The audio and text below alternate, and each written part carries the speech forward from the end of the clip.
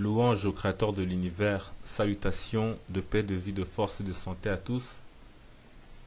Après avoir parlé du racisme envers les Noirs de l'époque moderne à l'Antiquité, et avoir vu comment le peuple noir, le peuple originel, a été humilié, insulté, à propos de son intelligence soi-disant inférieure, à propos de son aspect soi-disant laid et repoussant, de son impiété et de sa sauvagerie selon les racistes à travers l'histoire. Donc ces racistes qui sont vus comme des grands hommes jusqu'aujourd'hui, qui sont reconnus et connus mondialement, eh bien, nous, on se devait de ne pas se limiter à dire que ce ne sont que des mensonges et des calomnies racistes, car d'autres, qui pour beaucoup font semblant de condamner le racisme, mais au fond d'eux, se disent que si au travers de 2000 ans d'histoire, tous ces grands noms de l'histoire ont considéré l'homme noir comme étant inférieur, c'est qu'il y a une certaine réalité. Ces hommes n'étaient pas tous du même pays ni de la même religion, mais ils ont dit la même chose sur les Noirs. C'est qu'il doit y avoir du vrai dans ces déclarations. Et poursuivre en disant, on aurait pu dire que c'était le racisme d'une autre époque, donc on aurait pu émettre certains doutes. Seulement, même à notre époque-ci, actuellement en plein 21e siècle, il suffit de regarder l'Afrique et les Africains ou les Noirs partout sur Terre pour se dire que ces gens ont une infériorité intellectuelle. Et tout ça sans parler des tests de quotient intellectuel, de QI, qui le prouvent scientifiquement. Voilà le fond de la pensée de beaucoup d'antiracistes, qui lorsque on leur parle de la situation du sous-développement des Africains comme étant une preuve justement de cette infériorité, ils répondent non, il faut arrêter de croire que tous les peuples ont forcément besoin de se développer, avoir la technologie comme nous occidentaux. Peut-être que les Africains préfèrent vivre simplement en harmonie avec la nature sans avoir besoin de grandes idées complexes, de démocratie ou de philosophie comme nous en Occident. Il faut les laisser tranquilles, il faut arrêter de voir le développement simplement sous l'angle de vue occidental. Ces antiracistes-là parlent comme si l'Occident a toujours été devant les autres peuples, en technologie, en philosophie, ou n'a jamais connu la sauvagerie, la barbarie ou le sous-développement du point de vue d'autres peuples dans l'Antiquité qui étaient plus avancés que eux. Alors, ces antiracistes-là défendent les Noirs en fait en les insultant. Comme si les Noirs qui vivent chez eux en Occident se disent on n'a pas besoin d'électricité, d'ordinateur, de voiture, de téléphone cellulaire ou toute autre technologie pour qu'ils se permettent de dire qu'en Afrique les peuples sont satisfaits du sous-développement et que c'est un mode de vie normal pour eux qui est adapté à leur conception de la vie et du monde. Comme si les Africains en Occident ne s'intéressent pas à avoir des iPhones, des iPads, des ordinateurs, etc. Pour dire qu'en Afrique, ils n'ont pas besoin de tout cela. En tout cas, de tout ce qui est utile réellement, parce qu'il y a en effet des choses inutiles en Occident. Or, on sait que le sous-développement de l'Afrique est tout simplement le résultat d'une Afrique qui est dominée par les autres nations, ce qui le place tout en bas dans la hiérarchie, ce qui veut dire que le sous-développement des Noirs est tout simplement la mise en pratique de l'idéologie raciste qui hiérarchise les races en supérieur et en inférieur, en dominant et en dominé.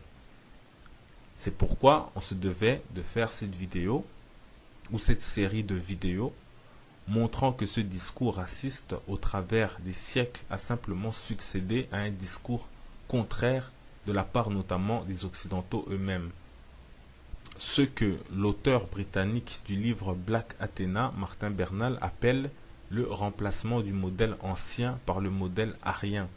Car il dit, et ce avec raison, comme on va le voir, que les anciens Grecs, considérés par les Occidentaux comme les pères de leur civilisation, reconnaissent et reconnaissaient aux Noirs de haute qualité humaine et civilisationnelle et leur vouaient une grande admiration à tous les niveaux, et cela n'a baissé qu'avec le déclin du peuple originel. Mais cette admiration était telle que cela ne les dérangeait pas, eux les Grecs, de dire que ce sont les Africains qui sont les fondateurs de la civilisation grecque. Et c'est donc ce modèle ancien qu'on se devait de révisiter pour montrer qu'il n'y a chez nous aucun sentiment de victimisation, mais aussi pour bien rappeler aux Noirs d'où viennent leurs vrais problèmes afin de mieux en apprécier les vraies solutions. Ce sera aussi l'occasion de parler de Noirs illustres dans l'histoire, mais dont le nouveau modèle arien cherche à cacher, allant jusqu'à nier qu'ils étaient noirs, mais cela avec des milliers d'années de retard, comme si les gens d'aujourd'hui avaient vécu dans l'Antiquité et que les témoignages des gens de l'Antiquité ne valaient plus rien, parce que maintenant ils ont des outils archéologiques, etc., pour pouvoir dire comment étaient les peuples il y a 2000 ans. Et pour commencer et planter le décor, on tient à rappeler que on a vu des gens comme Nicolas Sarkozy ou Hegel ou encore Karl Marx qui disaient au 19e et 21e siècle que les Africains n'avaient pas d'histoire. Pourtant, il y a plus de 2000 ans, Platon, qui est considéré comme l'un des premiers philosophes occidentaux et sûrement le plus connu, faisait dire les paroles suivantes à un prêtre égyptien qui s'adressait à Solon, ce dernier qui n'est autre que l'un des 7 sages, comme on dit, de la Grèce antique. Donc on va lire un extrait du Timée, qui est une œuvre de Platon, et écouter les paroles donc d'un prêtre égyptien, donc d'un homme noir africain, dans un dialogue avec Solon, le sage de la Grèce antique. Nous lisons. Un des prêtres les plus âgés lui dit : « Ô Solon, Solon, vous autres Grecs, vous serez toujours enfants. Il n'y a pas de vieillard parmi vous. » Et pourquoi cela, répondit Solon. Vous êtes tous, dit le prêtre, jeunes d'intelligence. Vous ne possédez aucune vieille tradition ni aucune science vénérable par son antiquité. Plus loin, il dit : chez vous ou ici ou ailleurs, d'événements glorieux, importants ou remarquables sous d'autres rapports, tout cela existe chez nous, consigné par écrit et conservé dans nos temples depuis un temps immémorial. Mais en Grèce, à peine a-t-on constaté vos actions et celles d'autres peuples, soit par écrit ou par tout autre moyen en usage dans des États civilisés, que les eaux du ciel viennent périodiquement fondre sur vous comme un fléau, ne laissant survivre que des hommes sans lettres et sans instruction, de sorte que vous voilà de nouveau dans l'enfance, ignorant ce qui s'est passé dans l'Antiquité, chez vous aussi bien que chez nous. Point. Fin de citation. Voilà donc une réponse à Hegel, à Sarkozy, etc. Et cela vient d'un écrit de Platon, votre plus grand philosophe. Et ces paroles sont adressées à Solon, dont Wikipédia nous dit qu'il est souvent considéré comme le père de la démocratie en Occident, de la démocratie occidentale dont on se vante qu'elle vient de la Grèce antique. Solon a voyagé notamment en Égypte pour apporter des lois dites démocratiques aux Grecs. Une démocratie dont nous, en Égypte, on n'avait pas besoin. Cela faisait 3000 ans que notre système était stable et bien en place. Donc jamais un Grec ancien ne pouvait venir oser dire, comme on le voit aujourd'hui, aux Noirs africains, vous n'avez pas d'histoire, ou venir leur faire la leçon en disant que vous devez instaurer des institutions démocratiques, alors que Strabon, un autre Grec, un géographe, qui a vécu à 2000 ans, a dit la chose suivante. Les Égyptiens, établis dans une contrée parfaitement connue, forment un État régulier et civilisé au point que ces institutions sont universellement citées et proposées comme modèles. Point. Ça c'est dans Géographie, livre 17, sur l'Éthiopie et l'Égypte. Donc, Strabon nous dit que nos institutions africaines étaient universellement, donc par les nations du monde, citées et proposées comme modèles. Et contrairement aux Occidentaux d'aujourd'hui qui n'ont pas grand-chose à voir forcément avec les anciens Grecs, la Grèce antique ne cachait pas la noirceur des Égyptiens. Hérodote, par exemple, dans le premier livre non, dans son deuxième livre, Hérodote, qui est considéré comme le père de l'histoire, donc le premier historien occidental, dit: et lorsque ils ajoutent que cette colombe était noire, ils nous donnent à entendre que cette femme était égyptienne. Point. Ça, c'est Hérodote, livre 2, chapitre 57. Plus loin, il dit encore, et ça, c'est toujours donc dans le même livre, ça, c'est le chapitre 104. Il dit: quoi qu'il en soit, il paraît que les Colchidiens sont égyptiens d'origine. Un peu plus bas, je le conjecturais aussi sur deux indices. Le premier, c'est qu'ils sont noirs et qu'ils ont les cheveux crépus. Fin de citation. Ce sont là des propos d'un homme qui a vécu au 5e siècle avant l'ère chrétienne. Donc rien à voir avec les africanistes du musée du Louvre qui parlent comme si eux, ils avaient 2500 ans. Que les Égyptiens étaient comme les Maghrébins actuels, etc. Des paroles comme celle de Hérodote, c'est donc cela le modèle ancien de la pensée occidentale. Car il n'imaginait pas que les Noirs allaient finir sous-développés comme aujourd'hui. Donc ils n'avaient rien à cacher. C'est là-bas qu'ils allaient apprendre. Plaute, dont Wikipédia nous dit il est né vers 254 avant l'ère chrétienne, et un auteur comique latin, donc le premier des grands écrivains de la littérature latine. Donc lui, il était romain. Voici les paroles qu'il fait dire à un de ses personnages dans une de ses œuvres intitulée Le Carthaginois. Il dit: mes poings lui accommoderaient un museau de négresse. Je lui ferais tant de noir qu'elle serait plus noire qu'un Égyptien ou que ceux qui, aux représentations du cirque, apportent l'eau des chevaux. Ça, c'est Plaute dans Le Carthaginois. Donc, il ne fait nul doute que les Égyptiens étaient noirs. Et ça, on l'a d'ailleurs vu et revu dans différentes vidéos. Or, il se trouve que l'une des plus grandes qualités humaines est sans aucun doute la sagesse. Cette sagesse qui est liée étroitement à l'homme noir antique, dont l'Égyptien est le prototype. La Bible nous dit, dans le livre de Job, chapitre 9, versets 1 à 4, Job prit la parole et dit: je sais bien qu'il en est ainsi. Comment l'homme serait-il juste devant Dieu? S'il voulait contester avec lui sur 1000 choses, il ne pourrait répondre à une seule. À lui la sagesse et la toute-puissance, qui lui résisterait impunément. Et nous disons, nous ajoutons que même à l'échelle humaine, on ne peut même pas contester en réalité avec un véritable sage. On lit encore dans Job, chapitre 12, versets 12 à 13.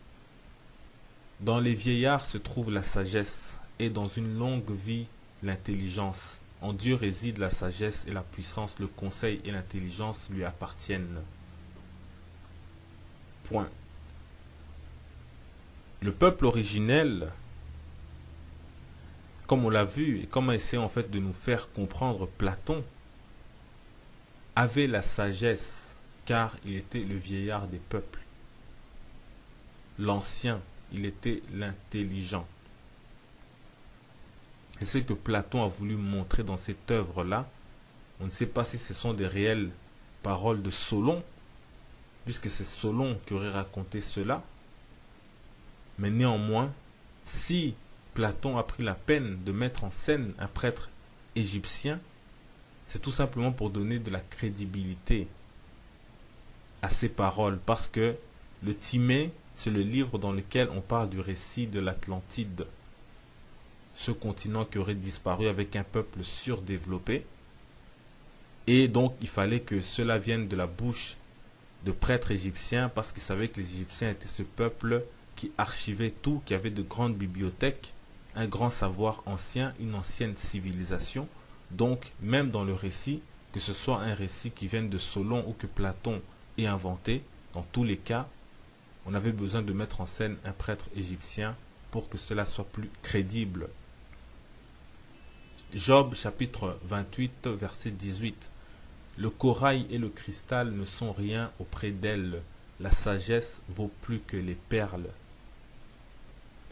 Dans Job 28, 20, on pose la question.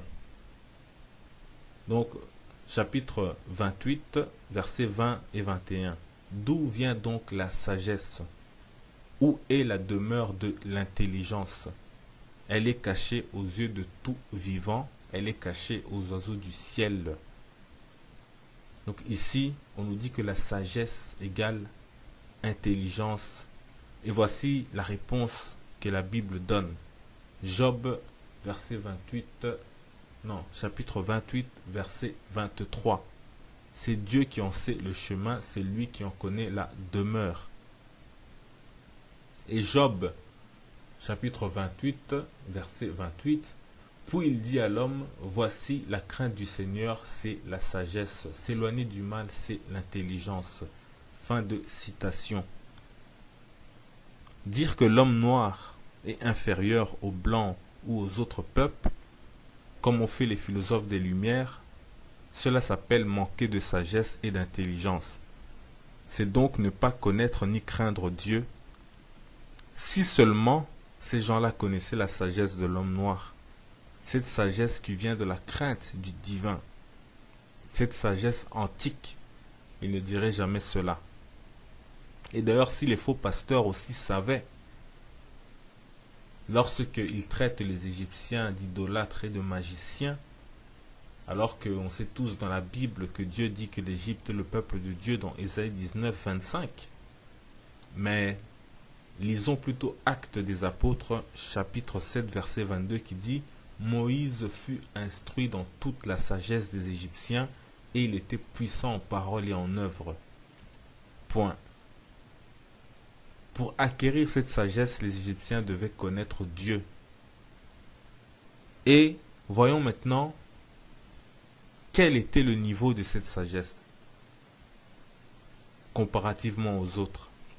La réponse est donnée par Hérodote, donc le père de l'histoire en Occident, qui dit toujours dans son livre 2 consacré à l'Égypte, au chapitre 160, « Sous le règne de ce prince, des ambassadeurs arrivèrent en Égypte de la part des Éléens. Ces peuples se vantaient d'avoir établi aux Jeux olympiques les règlements les plus justes et les plus beaux et s'imaginaient que les Égyptiens, même quoique les plus sages de tous les hommes, ne pourraient rien inventer de mieux. » Donc il dit que les Égyptiens même, quoique les plus sages de tous les hommes, ne pourraient rien inventer de mieux. Donc Hérodote, livre 2, chapitre 160. La suite de l'histoire d'ailleurs montre que les Égyptiens vont leur donner une petite leçon de sagesse, et ce même par rapport aux Jeux olympiques. Mais ici, on retiendra donc que les Égyptiens, donc des Noirs, étaient réputés de la bouche même des Grecs anciens comme étant les plus sages de tous les hommes.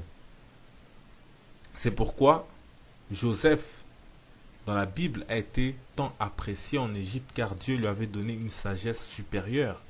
Genèse chapitre 41, verset 39. Et Pharaon dit à Joseph, puisque Dieu t'a fait connaître toutes ces choses, il n'y a personne qui soit aussi intelligent et aussi sage que toi. Et Actes des Apôtres le confirme. Actes chapitre 7, verset 10. Mais Dieu fut avec lui et le délivra de toutes ses tribulations. Il lui donna de la sagesse. Il lui fit trouver grâce devant Pharaon, roi d'Égypte, qu'il établit gouverneur d'Égypte et de toute sa maison. Fin de citation. Donc l'Égypte était compétente en matière de sagesse. Mais les Égyptiens sont des Noirs. Et ils sont aussi considérés comme étant éthiopiens, puisque éthiopien veut dire noir. Dont Diodore de Sicile dit la chose suivante. Il dit les Éthiopiens disent que les Égyptiens descendent d'une de leurs colonies. Et plus loin, les Éthiopiens allèguent encore beaucoup d'autres preuves de leur antiquité et de leur colonie égyptienne. Fin de citation, c'est Diodore de Sicile dans son livre 3 au chapitre 3. Ainsi, il ne serait pas étonnant que les Éthiopiens soient aussi considérés comme les plus sages des hommes. Or, Éthiopien veut dire un homme noir. Wikipédia nous dit, dans la mythologie grecque, on appelle le plus souvent Éthiopiens les peuples d'Afrique au sud de l'Égypte. Ayant une couleur de peau noire, ce nom signifie visage brûlé. Ainsi, les Éthiopiens de l'Antiquité, ce n'étaient pas les Éthiopiens d'aujourd'hui, avec la capitale Addis Abeba, mais c'était l'Afrique subsaharienne.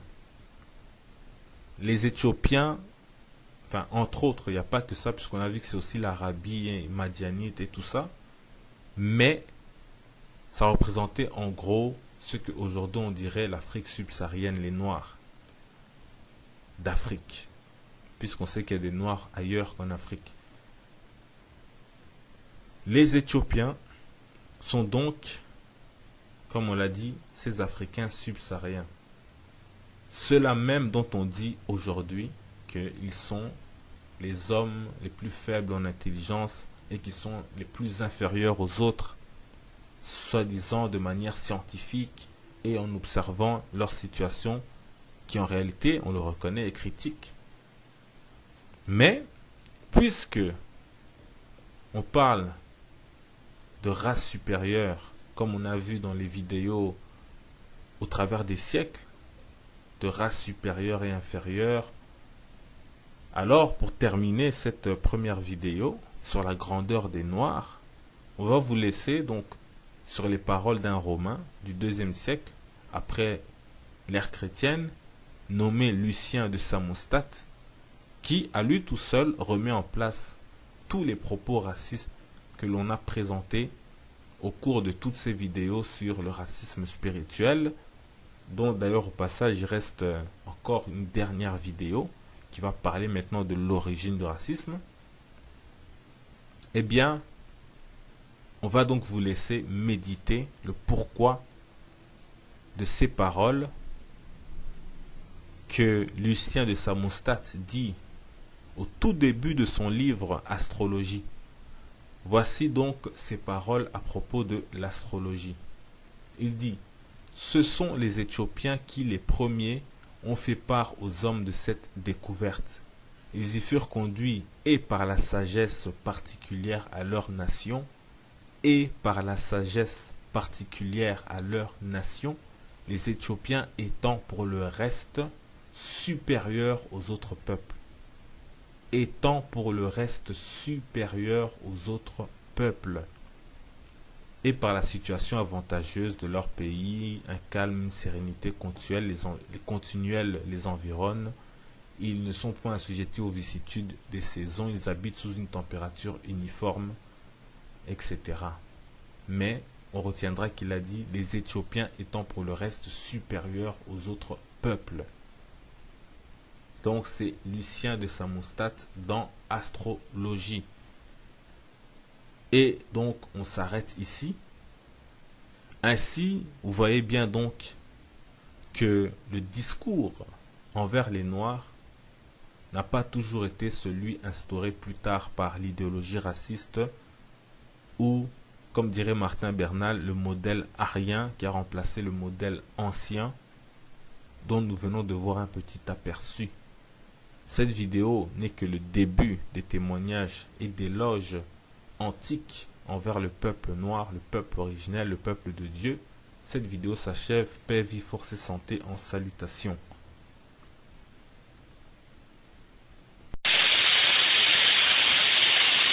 Notamment des Occidentaux eux-mêmes. Ce que l'auteur britannique du livre Black Athena, Martin Bernal, appelle le remplacement du modèle ancien par le modèle arien. Car il dit, et ce avec raison, comme on va le voir, que les anciens Grecs, considérés par les Occidentaux comme les pères de leur civilisation, reconnaissent et reconnaissaient aux Noirs de haute qualité humaine et civilisationnelle et leur vouaient une grande admiration à tous les niveaux, et cela n'a baissé qu'avec le déclin du peuple originel. Mais cette admiration était telle que cela ne les dérangeait pas, eux les Grecs, de dire que ce sont les Africains qui sont les fondateurs de la civilisation grecque. Et c'est donc ce modèle ancien qu'on se devait de révisiter pour montrer qu'il n'y a chez nous aucun sentiment de victimisation, mais aussi pour bien rappeler aux Noirs d'où viennent leurs vrais problèmes afin de mieux en apprécier les vraies solutions. Ce sera aussi l'occasion de parler de Noirs illustres dans l'histoire, mais dont le nouveau modèle arien cherche à cacher, allant jusqu'à nier qu'ils étaient noirs, mais cela avec des milliers d'années de retard, comme si les gens d'aujourd'hui avaient vécu dans l'Antiquité et que les témoignages des gens de l'Antiquité ne valaient plus rien, parce que maintenant ils ont des outils archéologiques, etc., pour pouvoir dire comment étaient les peuples il y a 2000 ans. Et pour commencer et planter le décor, on tient à rappeler que on a vu des gens comme Nicolas Sarkozy ou Hegel ou encore Karl Marx qui disaient au 19e et 21e siècle que les Africains n'avaient pas d'histoire.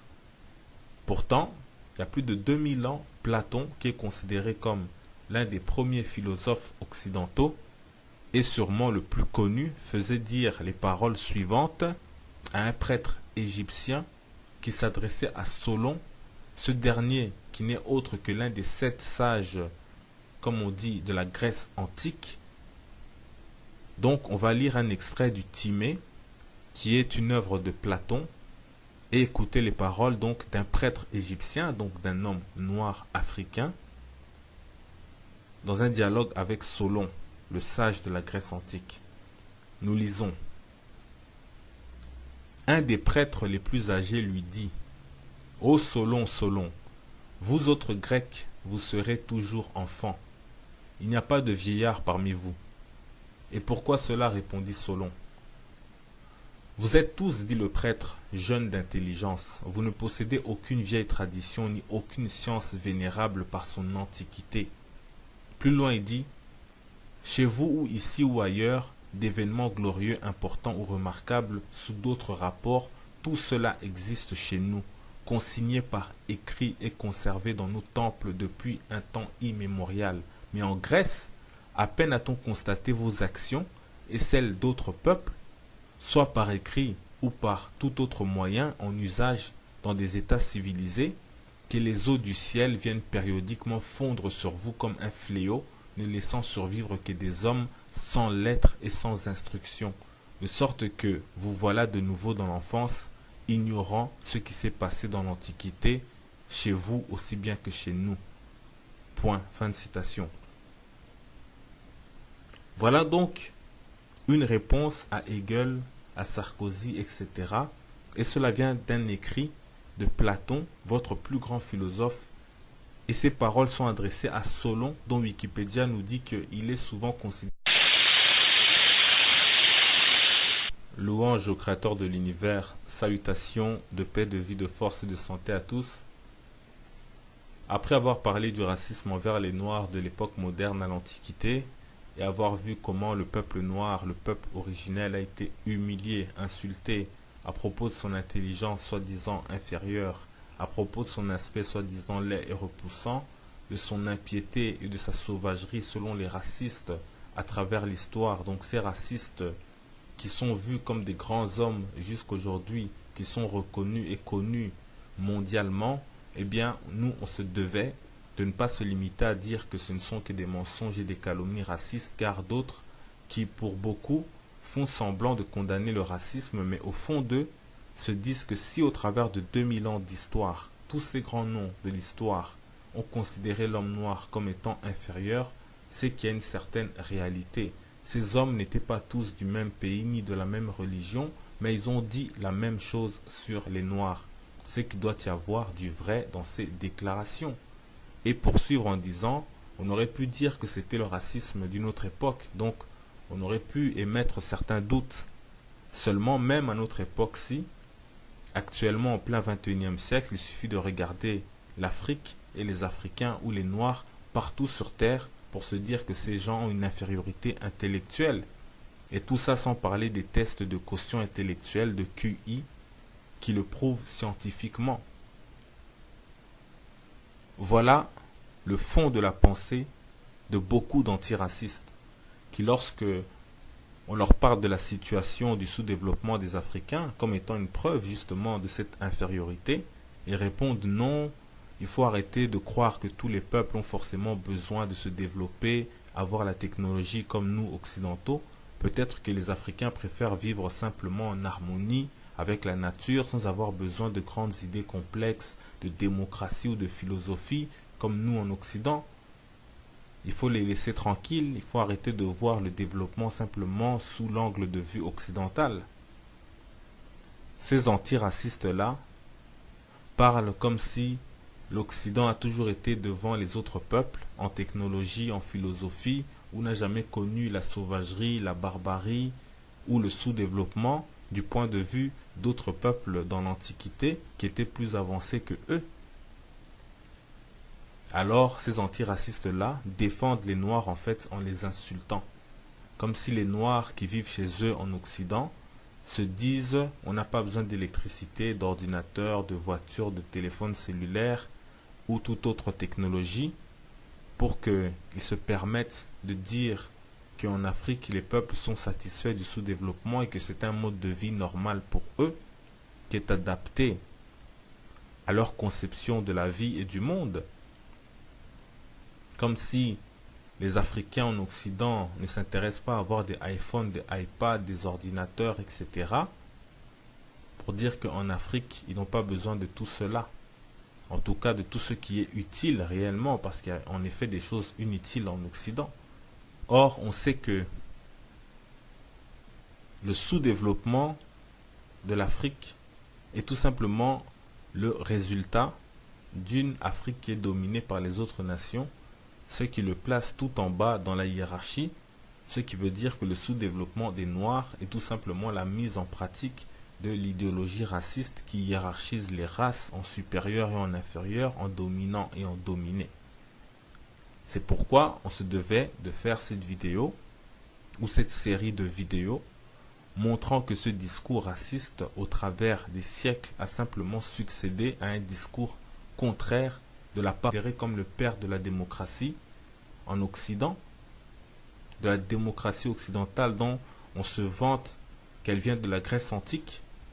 Solon a voyagé notamment en Égypte pour apporter des lois dites démocratiques aux Grecs, une démocratie dont nous, en Égypte, on n'avait pas besoin. Cela faisait 3000 ans que notre système était stable et bien en place.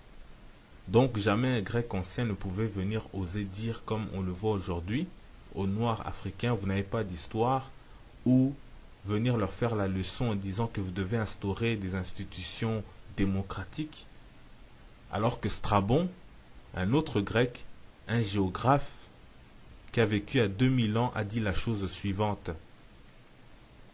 Les Égyptiens, établis dans une contrée parfaitement connue, forment un État régulier et civilisé au point que ces institutions sont universellement citées et proposées comme modèles.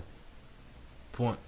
Ça c'est dans Géographie, livre 17, sur l'Éthiopie et l'Égypte. Donc, Strabon nous dit que nos institutions africaines étaient universellement, donc par les nations du monde, citées et proposées comme modèles. Et contrairement aux Occidentaux d'aujourd'hui qui n'ont pas grand-chose à voir forcément avec les anciens Grecs, la Grèce antique ne cachait pas la noirceur des Égyptiens. Hérodote, par exemple, dans